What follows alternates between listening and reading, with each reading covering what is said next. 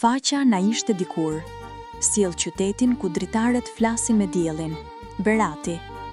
Në këtë vend të lashtë, ku shtëpitë ngjiten njëra mbi tjetrën si për t'u mbështetur te koha, çdo gur mban një kujtim, një hap, një frym, dhe ndjen se këtu historia nuk është larg, ajo është kudo përreth teje.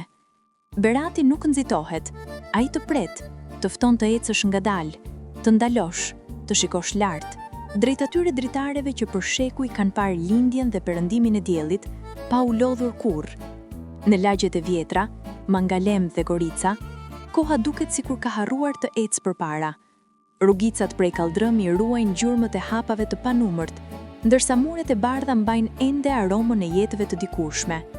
Këtu, çdo shtëpi është një rrëfim, çdo derë një sekret. Berati është qyteti ku historia dhe besimi jetojnë krah për krah. Xhamit, kishat, teqetët, jo si simbole ndarjeje, por si dëshmi e një harmonie të rrallë. Një bashkëtesë që flet pa zë, por që ndjehet fort në ajër. Kur dielli bie mbi osum dhe dritat pasqyrohen në ujë, qyteti merr një tjetër frym, një qetësi e butë mbështjell gjithçka.